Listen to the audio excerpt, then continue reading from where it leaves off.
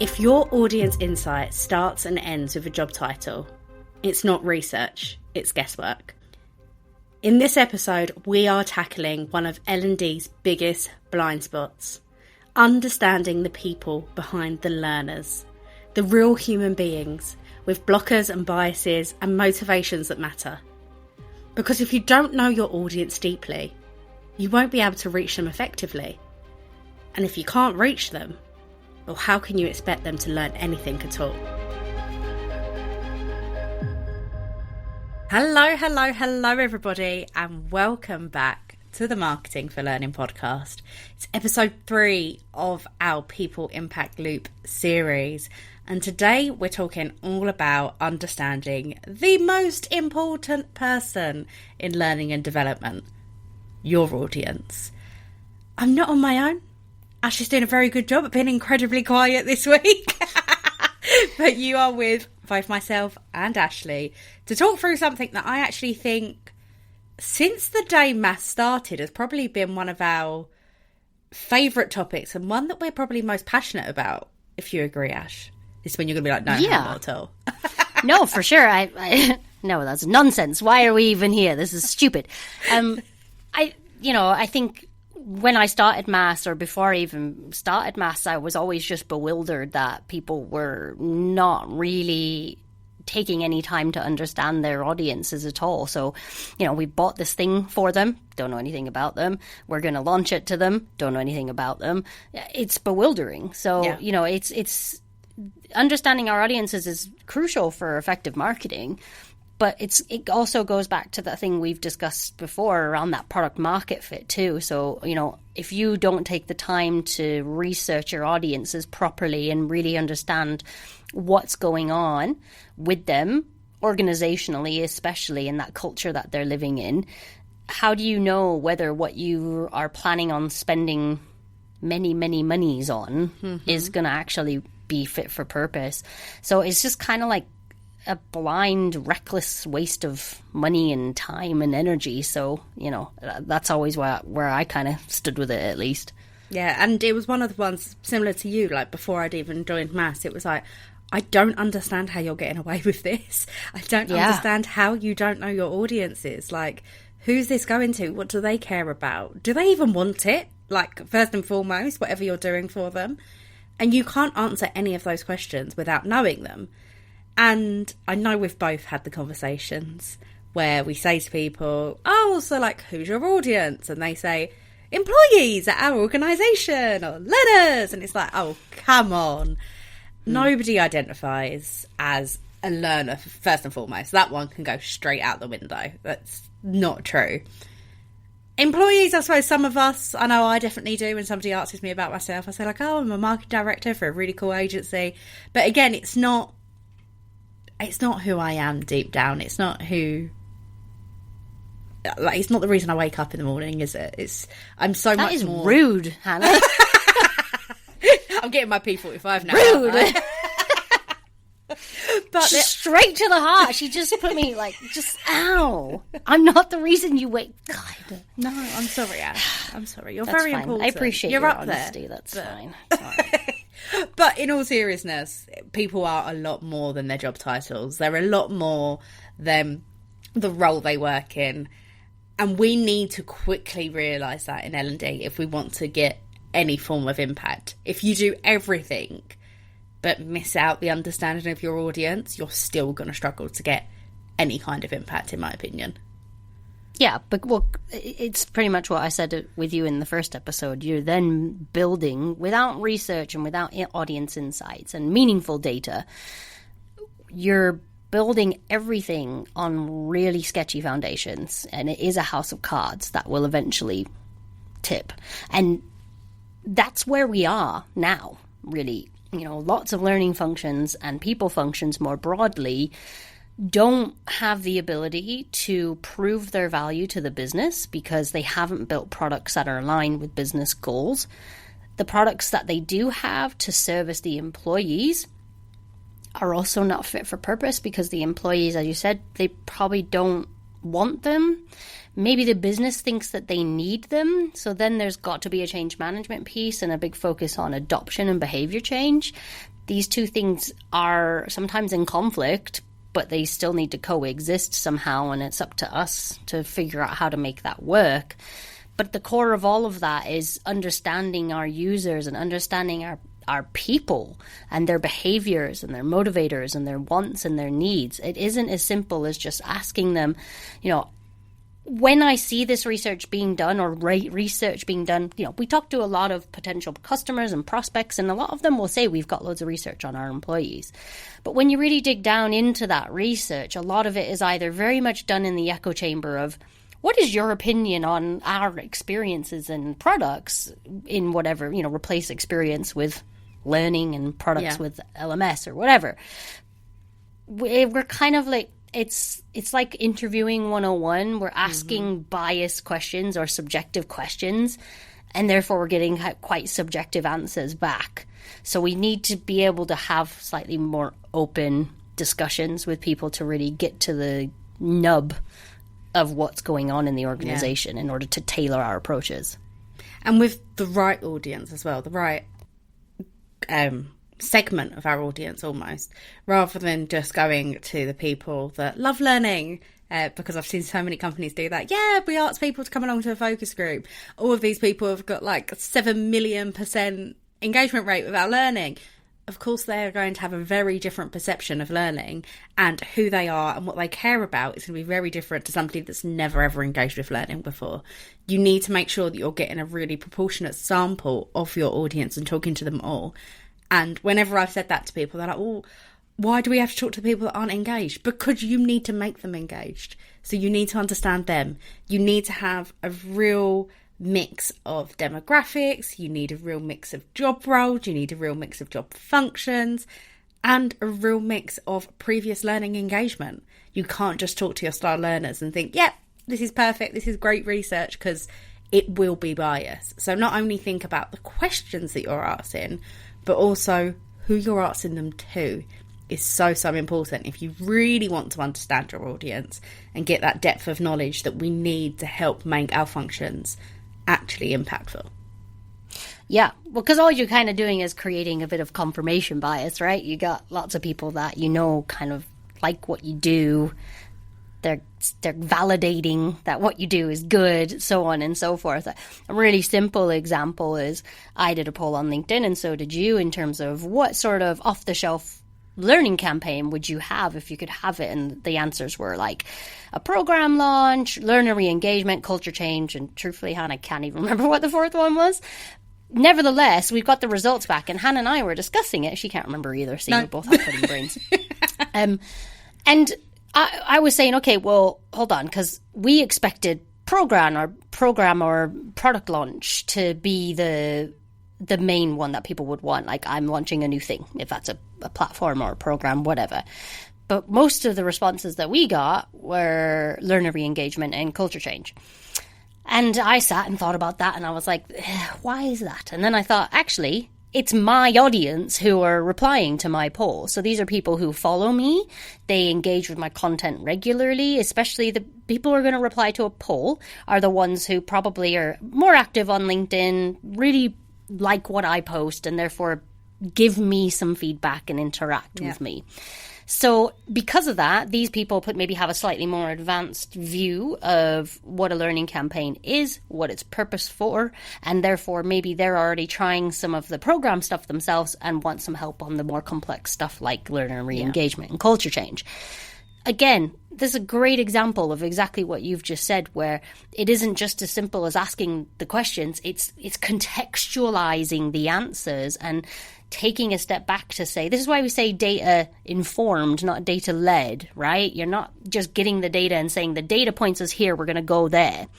You're then putting on your thinking hat and not going to Chat GPT and actually thinking about, who is this audience and what's going on. And that's why you need that organizational context as well as feedback from your people and your stakeholders, because without that, you can easily let the data that you do get take you down a garden path and not really take you in the direction of travel that you should be going. Yeah, absolutely. And I think we've seen that happen all too often, where people are asking the wrong questions to the wrong audience. It's quite easy to realise when you're asking the wrong audience. I think people listening to this will probably be like, yeah, I did exactly that. I sent out a request, all my star learners responded. I thought that was fine because it was 50 people. But the wrong questions. How will somebody know if they're asking the right questions? And what are the right questions that we should be asking our audiences in trying to understand them properly so that we can effectively apply the people impact loop? I think if you're getting just positive feedback, it's very unlikely that you're asking the right questions. I'm not sure that that's happening anyways, if I'm honest, but the likelihood of it just being positive is slim to none. You know, I can't think of a single company in the world that has a 5-star reviews on TripAdvisor, because experiences are very subjective, and therefore, you know, we need that cross-section to get a bit of a scale. And yes, okay, maybe the really negative ones need also contextualizing against the really, really positive ones, but if we're just getting positive feedback, that's not really going to help us grow. You know, I said loads of times as a marketer, my failures are my biggest lessons and my biggest opportunities to pivot and evolve as a marketer. This data is crucial and to allow us to understand what we're doing. Is it working? What's not working? And where can we improve our products and the experiences that sit within them? But also, how can we better help the people that we're literally here to service? So if you're just getting lots of the same type of responses, if they're all positive or whatever, a lot of people are saying the same sort of thing, maybe kind of have a moment to consciously dig into that a little bit more and make sure you're asking the right questions. And I don't remember what your second question was, Han, so you have to remind me. Well, I'm going to extend on what you just said as well, because I also think if you're getting really short answers and almost you're answering a question that somebody could tick a box for, that's also a sign that you're answering the wrong questions. And like, again, learning through experience, some of the first research projects I did, I was getting really like short answers that made it easy for me. Like, okay, they said this, I know exactly what they mean. And when I started evolving my questions and actually answering the right questions, I get people like standing on a soapbox in the middle of a discovery session now, being like, well, it's really good and this, that, the other, but actually we need this and it's not aligned with the business goals and it's not like the business is talking about this, but learning is talking about that. Like they get really passionate about it. And I'm getting more than a one-word answer. I'm getting explanations. And like one example I love to give, when I was asking, like, almost, I can't remember the exact wording of the question, but I was asking about motivations in life. This woman told me a story about her life to the point that I was really pleased I had a poll question next, because I had to compose myself, because she was telling me the details about her life, because I'd asked a question that was open-ended and let her go, well, actually, this is why I come to work. This is what motivates me, versus I come to work for money. If you're getting short answers, I think that's a telltale sign as well that you're not asking the right things. You're not getting that real depth of understanding of who your audience is. It's a fine line between a discovery session and a therapy session, isn't it? They typically always feel like therapy sessions to me. I come off and I'm like, wow, I've just taken on a big burden for everyone. But yeah, that's when you're going to be getting the insights. Yeah. I mean, the mindset of most people is, to some extent, they do care about the job that they... Not to some extent. Most people care about the job they do. They want to do a good job at work. They want to retain their job. They need their income for whatever reason. They don't ignore your learning initiatives because they think that it's just a waste of time. They probably do now. Sometimes, but yeah. Yeah, maybe not initially.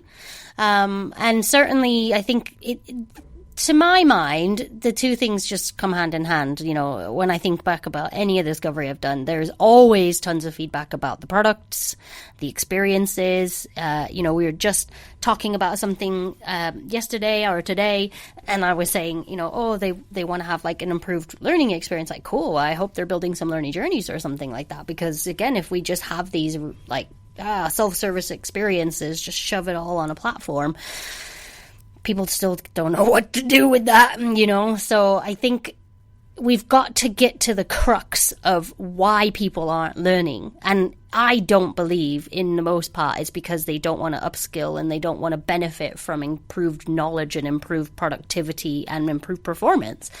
I don't think that's where the apathy comes from. The apathy comes from consistently poor experiences across the learning product portfolio and an underwhelming effort to engage.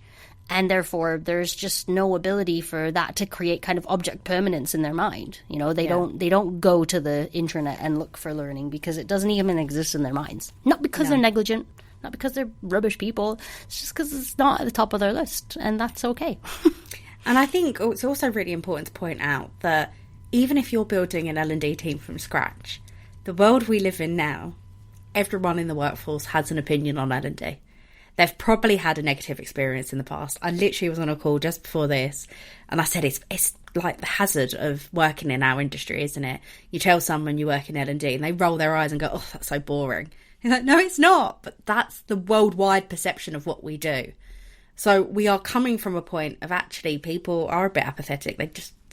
They don't really know why they should care. And like you just said, we've not done anything to try to engage them. So they're just assuming it's the same. So even if you don't think you've done anything wrong, remember that people come with preconceived ideas of what learning is and how bad it is and how boring it is. So we really need to understand them so we can engage with them properly to make them want to come and do what we want them to do. Because that's essentially what we need to do when we understand our audiences. Those preconceived notions are crucial as well, because this is why a lot of FMCG brands in particular do market research, because there is tons of existing belief around even color codes and things like that. So if I was to say, name me a brand with the color red. Coca-Cola. There you go. This is not rehearsed, you know. Name me a brand with yellow. McDonald's. No, damn it, Hannah. I didn't get McDonald's. Who did you go for? I don't know. I was really stumped. Well, I also think because in my head I was expecting you to say purple. Why? Dairy milk? Cadbury's. Yeah. Yeah. Everyone goes for the purple with the Cadbury's. So the point I'm trying to make, right, is there's a lot of pre-existing stuff that already goes in people's minds. There's already a lot of association that exists in terms of what they've already experienced with your organization when it comes to learning, what they've experienced in previous organizations and in previous roles. Oh, in my last place, it was really bad. Like, what's it like here? And if the first person they speak to says, "Oh, it's really crap here too," like, brilliant. I'm not even going to spend my time. Do you know what I mean? And that's enough to kill the whole thing, really. You know, probably at some point they'll drift over there because they're told to or have to or whatever, but this is important, right? So that word of mouth piece is crucial. You know, if we prescribe to 70-20-10, I think I'm going on a trend of mentioning that in every single podcast we do at the moment. But I don't even know if I have an opinion on it. But if we agree that a good bulk of our learning is on the job and it's not done formally, then that peer sentiment, that market sentiment is crucial. Because that's where the conversations are being had and the water cooler chat, as it were. So if we can't be influencing those conversations offline, then we're in a pickle, aren't we? Yeah. Which we are. And I remembered my second half of my question for you. So what questions should we be asking? What's your name? Where are you from? What you on? No. Sorry, that just reminded me of... what was that dating show that Cilla Black used to do? Oh, Blind Date. That's it, where they were all sat behind. Or, back in the day on MSN, ASL, age, sex, location. Yeah. We're showing our age. I know. Whoops. So, questions-wise, avoid demographic data is redundant. I don't see the benefit of it. It doesn't help us do anything. So we want to be looking at psychographics, really, and behavioral data. So understanding what people are doing and where they're going and why. So again, some of your technology can give you some insights into things that are going on your systems or lack thereof. And that can maybe help steer some questions that you might want to ask around, you know, what's going on? Why are things breaking? Where are you getting lost? That sort of stuff. I don't think we want to be asking people about specific experiences, like how was the leadership program you went on, or again, too granular. So, you know, we're gonna just to interject there, there's time and place for that. You can get your feedback on your particular programs, but that shouldn't be part of this research and understanding your audience. No, because we're trying to get a broad view of the market overall. So digging into granular products or learning experiences isn't going to necessarily help us. I think there are interesting, perhaps, scenarios where, again, not part of this research, but getting data to understand, okay, how are people rating this versus this, and why is this better than that? And again, data informed, not data led, but should we be doing more of what's working and less of what's not? Not one for this podcast discussion. But for me, the things that I like to understand are really, you've heard me mention it at least twice on this podcast alone, is the organizational culture. So I personally feel whilst L&D and people functions more broadly are employees of the organization, of course they are, they're a little bit more eat, sleep and breathe the business than some other functions are, because they're intrinsically interwoven into the fabric of the business. Like, you know, we are a people function. They have to be bought in to what's going on. They should be bought in. So what's the lived experience of other people? You know, I've seen lots of different things where there's, you know, multifunctional, multi-country, multi-purpose organizations, and geography it plays a role in how the people's lived experience if they're far from HQ. Again, this is demographic data, arguably, but this is where it becomes relevant, because in terms of the organizational culture, are these kind of more satellite offices or remote teams feeling a little bit more left out of the culture, and how is that impacting their engagement with what you've got to offer? So I think we need to be looking at behaviors and how we can unearth what's really going on in the organization, and really, as we've said before, pain points are the biggest and most important driver for behavior change. People will do more to alleviate pain than pursue pleasure. So if we can ensure that what we're building solves a problem and our marketing shows them how it solves that problem, we're in a really strong position to have a successful product, right? That's the crux of it, in my opinion. I don't know if you have anything to add. Yeah, no, I would probably add to that about that motivation piece. I've already slightly mentioned it in today's session with that example of the lady I was speaking to on a focus group. But understanding what's important to people. So it's essentially, we always take the mick and say, oh, nobody gets out of bed and goes, yay, GDPR training. But what does get them out of bed? Are they literally coming to their job for the paycheck? Some people do. That's cool. That's fine. But if not, what is driving them? Is it your company's culture? Is it their own career aspirations? What is it that's really getting them out of bed in the morning? That is such an influential thing, because the amount of L&D teams I see that like, oh, learning helps your career growth. And then we've done research and actually only like 10% of people give a damn about career growth. Your marketing's not going to land then, is it? Because you're leading with an assumption that, oh, people want to grow their careers, but that's not the reality of your organisation. So as much as, yes, those pain points, and typically when you have the conversations about pain points as well, you get some of these motivations coming out because it's their frustrations about, actually in dream world it would look like this. But answering it in both ways, like what's motivating you? I also think talking about pain points in a really practical sense really helps. So don't say, what's your pain points with learning? What's your pain points at work?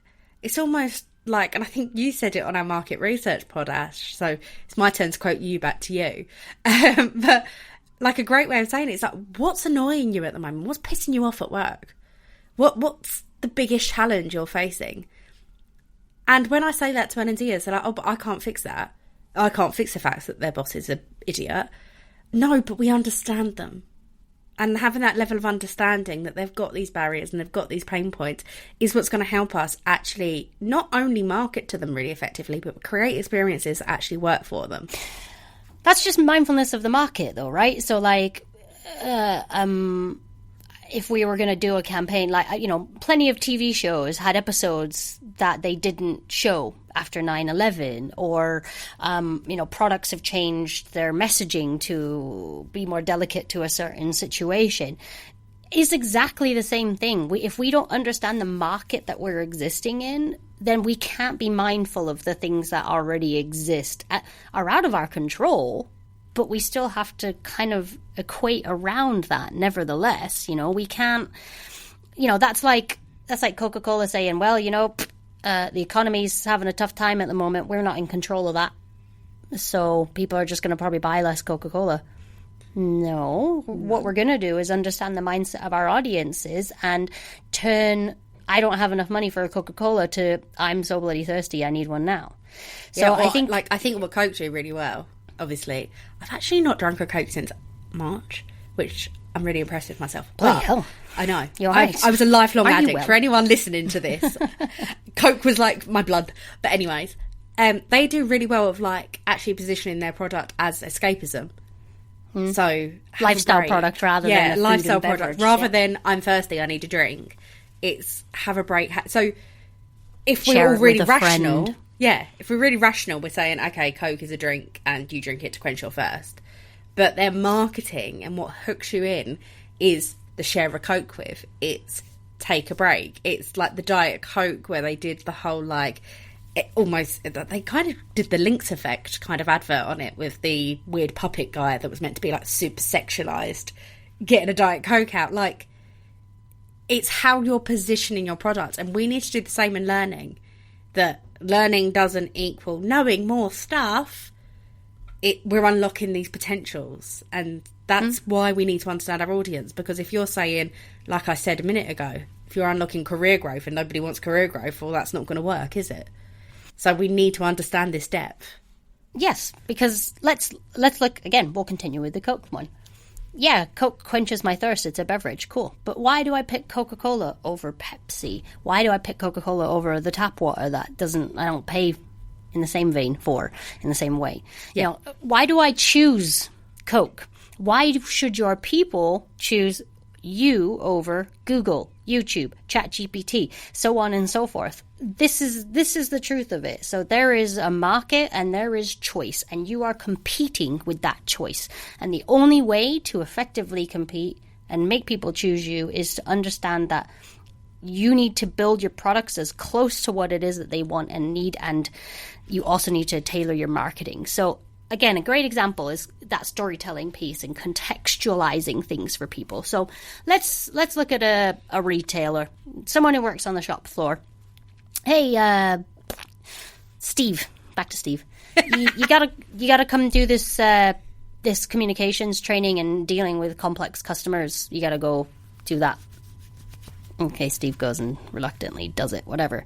What if instead you showed a context, like how embarrassing it is when someone's kicking off at you and you don't know how to handle the situation, or someone's not being an ideal customer, and that's it. Not only embarrassing because it's busy and there's lots of people around who are all looking at you and you're feeling quite small. Pain point, real lived pain. Anyone who's worked on a shop floor has experienced that. Only can we align our stuff with that, with knowing what's really going on for people. So, you know, it helps improve our marketing tenfold and helps improve our experience design as well. So it's, I don't know why we wouldn't do it. Yeah. And I think beyond that, so we've got all this research. People have gone away, they've asked the right questions, they've asked the right people. I often get the, well, then what? And for us, it's quite obvious that you go and you create these personas. But why are personas in and of themselves, like the actual documents, so important for L&D? I think personas can come under fire a lot in our marketing world as well. Like, how can we generalize people into these buckets? And they are general personas for a reason. I think the quality of the persona is the issue. So if the personas are based on assumptions, built around demographical data, clearly created by someone who wants to sell a product and is kind of just trying to create their ideal customer profile from waving their finger in the air and witchcraft, then those are personas that aren't going to do shit, truthfully. Yeah. So really good personas change the game. Now, I've seen really robust persona marketing work, and it does work. So what we want to be doing is building realities for people. So what we tend to do is find common pain points, common lived experiences. So again, like, there's got to be room for the minutiae, there's got to be space for the gray. But what are the kind of commonalities across these groups of people? What are the similar behaviors? And I'm not talking about what type of learning they like and whether they log into your LMS. I hate seeing that on personas because, again, it tells us nothing about them. I want to be looking at, again, how do we motivate these people? How do we inspire these people? How do we talk differently to these people? So having a cheat sheet, a crib sheet, whatever you want to call it, that brings these people to life, makes them feel real for the individuals who are building experiences and marketing and comms for those people, gives a really strong point of reference, keeps everybody singing from the same hymn sheet, but also ensures that the work that we do is as optimized as possible. So articulating that data and turning it into insights, I would say, is what a persona is for me. Absolutely. And I think that piece of really bringing them to life for the team that are using them is so important. And like you said, we've had pushback within marketing about personas not working. And we have had pushback in L&D circles of like, how can you possibly categorise all of our employees into these 4 buckets? And like you said, yes, they're general. But my pushback to that is, what is the alternative? You're generalising them into 1 bucket because you're just going to send out a blanket message. And I think in L&D, we don't have as advanced technology and things like that as we do in marketing. So it's not as easy to actually segment the audience and say, okay, you're this persona and attach it to them. But by thinking about the different personas and thinking about how we're talking to Lydia, we always use Lydia in persona examples, don't we? So if we're talking to Lydia, we're going to cut through more of the noise for a bigger majority of the audience than if we're just doing it blanket and just saying, hey, yeah, there's one message to everybody. So, okay, I sometimes hear some of the pushback, but I don't agree with it because I think it is the best way to personalise en masse, especially within an L&D people function kind of space. We need to create that personalisation. We are talking to people that the world is hyper-personalised around us. It's scarily personalised. We've spoken at length about like things like Netflix and even Spotify and things like that, of like, you go on and you see something really personalised and tailored to you.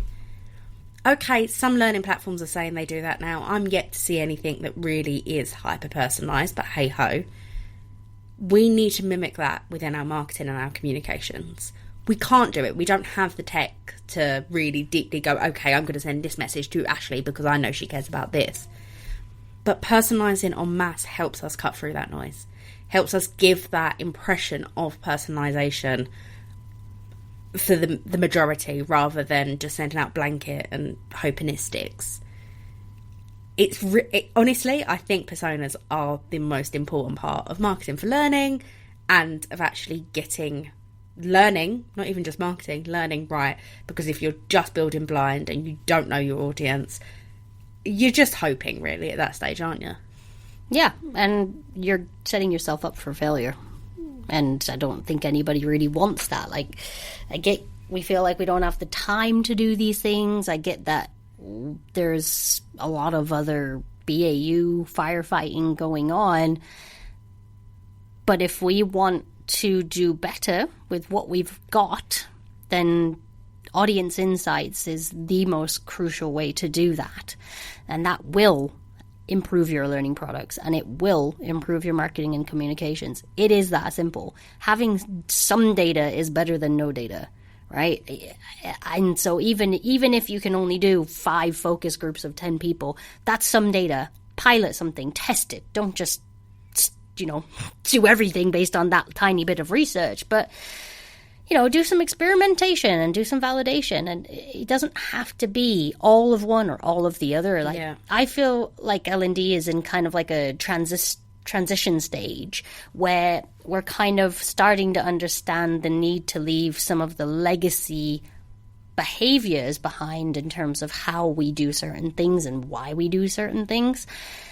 But that doesn't mean you can just completely eradicate legacy systems and processes and mindsets immediately. So there has to be this period of slow shift and a changing of the tides, as it were. And that means small incremental changes, piloting, testing, validating. It's the idea of the people impact loop. It doesn't have to be change your entire learning function in one day. This is like, let's take this model and try this pattern of getting some data, changing a product, marketing it better, getting some data back, and then feeding that back in to then maybe try it again on a different thing. And over time, slowly, everything's evolving and moving from A to B to C to D in that graduated way, rather than going from A to Z overnight, which is not viable. Yeah, and I think one of the biggest points that you've touched on there when it comes to understanding our audiences is we don't have to get it right first time. We don't have to know absolutely everything first time. And again, learning through experience. I worked with a client over the last 3-ish years, I think it's been. And we did a pilot and we came up with 3 personas and it worked really, really well. And then we did more research and more research and more research. And those personas tweaked slightly. And then we realised there was a bit of a gap. So then we created a 4th persona that really brought actually their entire audience to life. And we did it in incremental stages because they were at a pivotal point of shift and transformation. But the wider business was still like, I need a learning on XYZ. So they had to do it in small changes. They are now flying because they have managed to essentially, without us actually talking about the people impact loop with them, implement the people impact loop within their organisation. They get that research. They make sure they've got it aligned. They design the product with the audience in mind. They market it with the audience in mind. They get the feedback on it. They're doing that loop every single time they're working. But we started on an itty-bitty tiny little project, which I think I spoke to about 50 people, and this is an organisation with hundreds of thousands of employees. You do something little, you test, you iterate, and you learn from that. Yeah. I think one of the legacy mindsets I'd love to see L&D leave behind is like the all or nothing. That we have to do everything right first time. And if we want to really understand our audiences, we need to start small. We had a chat this morning about just asking 100 people as you walk past them in the corridor. What do you think of this? Just one quick question. You can start as small as that if you need to. Mm-hmm. But get that research, get that insight, because we can't keep building based on assumptions. No, and you don't have to spend 50 hours doing research to get meaningful information either. You know, I always remember when I first started working in marketing, and at the time big data was a big thing. I don't even remember if you remember big data. Yeah. Like, big data, what do we do with all the big data? And I was kind of like, well, I work in organizations with lots of small data because, you know, my audience set is quite niche. It's quite small, really. So just because I have what if you only have 500 employees? Well, good. That's the maximum amount of data you can get then, isn't it? It doesn't, maybe you can't get data trends out of, you know, if you're looking in big data terms, but you're still going to get a lot of really good, valuable, qualitative data out of that. And even quant data, you know, it's just not going to be trendable or, you know, able to, I don't know, you did the economics degree. You can probably use much better words than I can on this. No, I've blocked the entire economics degree from my There's a reason that I'm now in marketing. Yes, my media production degree also served me incredibly well. Well done. So I think the thing for me is this is our reality now. We can't work the way that we have been. It doesn't work. We know we're not getting our audience's attention. We know they're not engaging with our stuff. That's a product problem. And that's a marketing problem. And those two things are vastly improved with audience insights and research, good quality research. Start small. Incremental gains, guys. 1% better every day, whatever way you want to look at it. It isn't, you know, transformation tomorrow. It's transformation over the next 2 or 3 years. It's going to take time. You know, and again, lots of this stuff is really baked into the culture of order taking within the business and the technology that you're committed to for the next X amount of years. This takes time to unpick. Yeah, and I think obviously we've spoken a lot about going out and doing your own research, but I also almost want to just quickly say at the end of this podcast, we are so lucky that there is so much data at our fingertips. You can talk to HR, you can talk to IT, you can talk to all of these different functions. If you're looking at external marketing, it's a lot harder. We are lucky in L&D that we can get our hands on these data sets. So maybe, no, you don't want to segment by demographic, but having that demographic data from the HR team is super helpful. Understanding the split of your organisation, where people are based, all that kind of stuff. Don't overlook the data that's already existing in our organisations. Almost, I would recommend getting that first, so then you're not going out and asking those questions. Answer questions that really matter and get deeper into who people are as an individual, as a human being, and then use the data that already exists to supplement that. Yeah, because some of this data, some of that demographic stuff just gives really valuable context. You know, if you've got a primarily Gen Z demographic in your organization, is that going to impact digital literacy, so on and so forth? And so it's, again, like, don't just take the data point, then apply some cognitive thinking on top of that, as like, okay, I've got this data, like, where's the correlation, what's the causation, which is it, what's going on here? We can't just take the data and put our own interpretation on top of it. Like, we need to be data informed. Mm-hmm. But you're still the expert when it comes to learning, you know, but this information just helps us design better stuff, market better stuff, and also give us the ability to say no, which we all want a bit more of too. And to not build on biases as well, whether that's your own biases, whether it's your boss's biases, whether it's just stakeholders. A long time we have been just building based on assumptions based of our audience, and that's not good enough in 2025 and beyond. It's not been good enough for many years, but I think this year we need to cut it. We need to do better and actually deeply understand our audiences to help us move forward. Obviously, this is a podcast. We can't screen share with you and show you what a great persona looks like and go into all of the little details on what your actual persona document or crib sheet, whatever you want to call it, would look like. So I will link in the show notes our guide to personas and also our template for personas, so that if you did want to go out and do this research yourself and actually create documents that are going to really help you personalise en masse, you can do that. But I genuinely believe, and I think I'll die on this hill, understanding your audience, whether you create persona documents or not, that understanding your audience is the key to impactful L&D teams. Could not agree more. It is. We won't even have any arguments on it. If you disagree with us, stop listening. No. And, you know, building on biases is probably the best thing you've said today, because thanks. Those are so dangerous, and we do that all the time. People like this, they want this, they probably want something on mobile, or, but we got to keep on with the latest technology trends, so we'll make sure we do this. Like, why? What's all that based on? Yeah.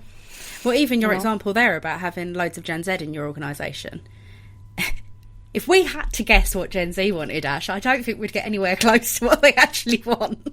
We just spoke about blind date and ASL and MSN. Like, we have assumptions about certain demographics of people. We just do, because we're human beings. If you're pretending you don't, you're lying to yourself. We have these assumptions just baked into ourselves. We can't be developing learning or marketing or anything within our organisation based on those biases, because that's what they are. We must be objective. Yes. That is it. Exactly. Well, I've loved chatting about personas today, and audience understanding. It's always great to chat to you, Ash. I know we are back in a couple of weeks. We've got a few guests coming up next. So it's set to be a really, really great conversation, and it will be in your ear holes next Friday. But until then, we'll see you on the next episode, guys. Bye. Remember, don't build with bias.